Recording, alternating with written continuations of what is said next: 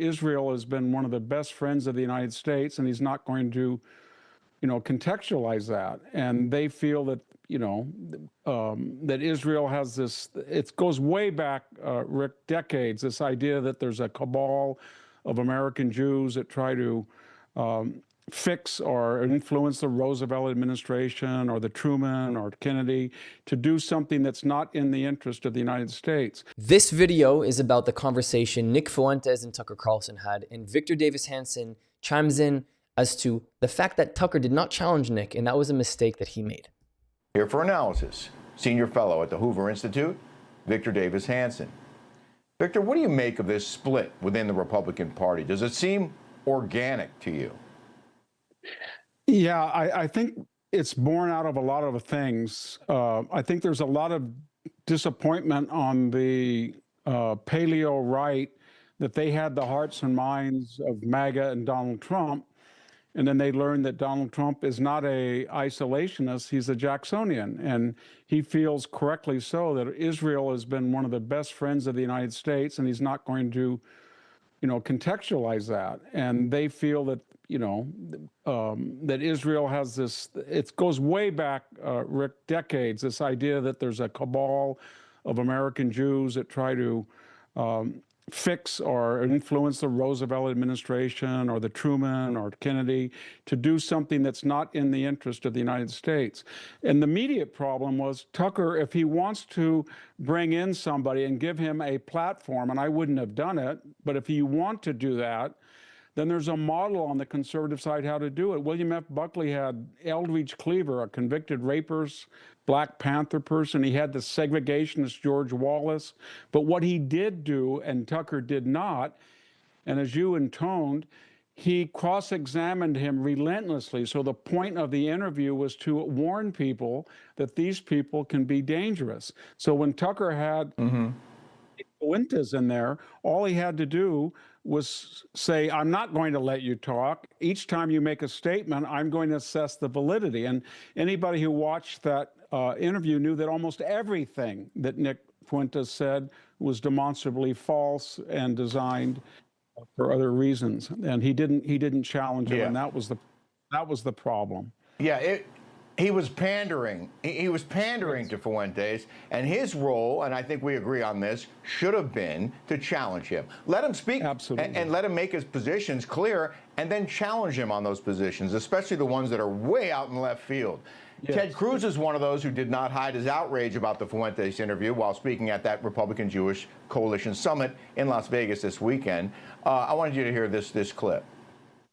If you sit there and nod while someone says there's a very good argument America should have intervened on behalf of Nazi Germany in World War II.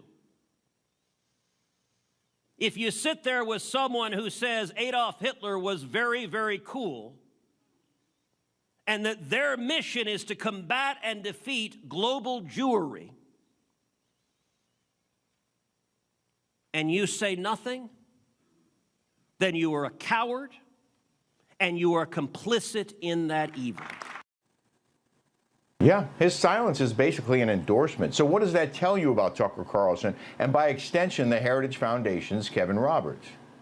I think it tells us that Tucker has decided to go in a direction way out of the mainstream. I've written a couple of articles and interviews about Darryl Cooper, the World War II revisionist. He's a crackpot. So was David Cullum that he had on. He's a crackpot. And Tucker Carlson, when he worked for Fox, I don't think either would have done that or would not have been allowed to, but I think he feels that he's unbound. And Ted Cruz has an especially convincing case, Rick, because he did a interview with Tucker, and Tucker was relentless. It was an ambush interview. He attacked with data and sometimes maybe with misinformation. He attacked Cruz relentlessly. And Cruz's subtext is, why would he cross-examine a fellow conservative in a very acerbic fashion and then allow somebody who's a pro-Nazi to get off scot-free?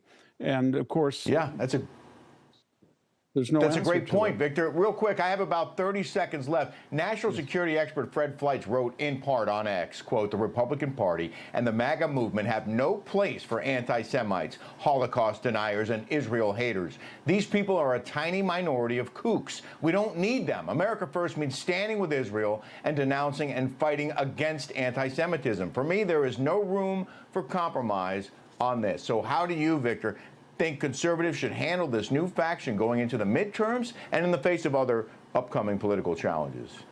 I think they need to preempt. I think they have to set down the rule that any of these people who espouse these hateful views will not be part of the conservative movement, and they have to be explicit about that. And I think it's not a hard thing to do. Donald Trump is the most pro-Israel, pro-Jewish president we've seen. The cabinet is this Gaza deal was the result of Jared Kushner and Stephen Witkoff, you name it. He's got some of the most talented Jewish Americans working for him, and he should not, and we should not allow these anti-Semites to tarnish that record.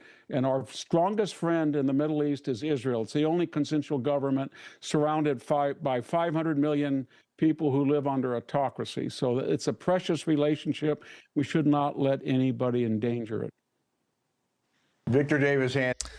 Can you guys imagine that young content creators or people like Tucker Carlson had podcasts that were sponsored by brands to put their energy drink, t-shirt, sweatshirt, whatever it is, banner in the background, that had content creators promoting the fact that slavery and the discrimination against colored people during the slave trade was in fact a good thing for the current state of the union today, because it's exposed how black people haven't contributed positive things to the world, how they haven't contributed to what the agenda of the United States of America is, which for many people, it's getting away from being a diverse, beautiful melting pot. Can you imagine if that these agendas were pushed? And not only pushed, they were supported by people globally. What in the world do you think people of all political parties would stand up and say? And if they did it for Asians, if they did it for Mexicans, if they did it for Latinos, if they did it for people with special needs.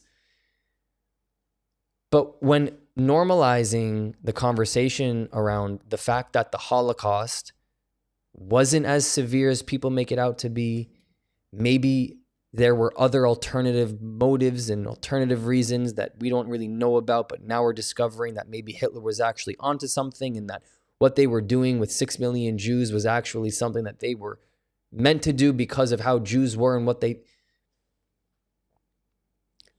Reframing, rewiring your fractals to think about something. The word genocide comes from the Holocaust.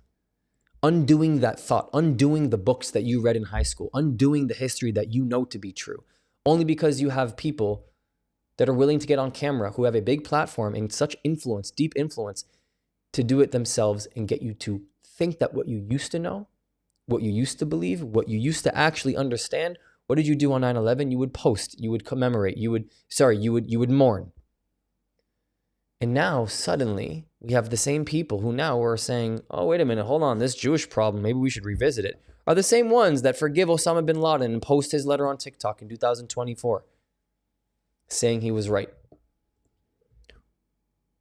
Where have we arrived at? Where are we? Where? This is not Earth.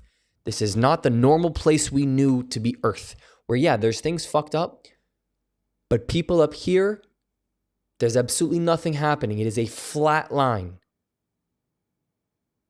No Wi-Fi, no internet, no connection, no thinking.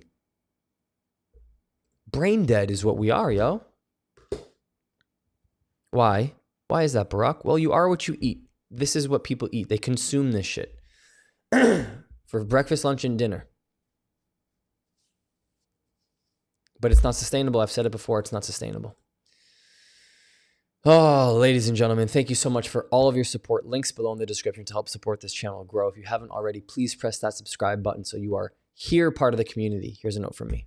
Here are 4 ways you can help us grow if you believe in our mission. On Buy Me a Coffee and PayPal, you can directly contribute to helping this message grow and reach more people across the world. If you want to join the inner circle, join our Patreon with different tiers, and of course, our Discord community, which is free with people from all across the world. The links to every single one are in the description. And last but not least, to the other Brock community, I love you. Ani ohev otchem. I'll see you guys next time.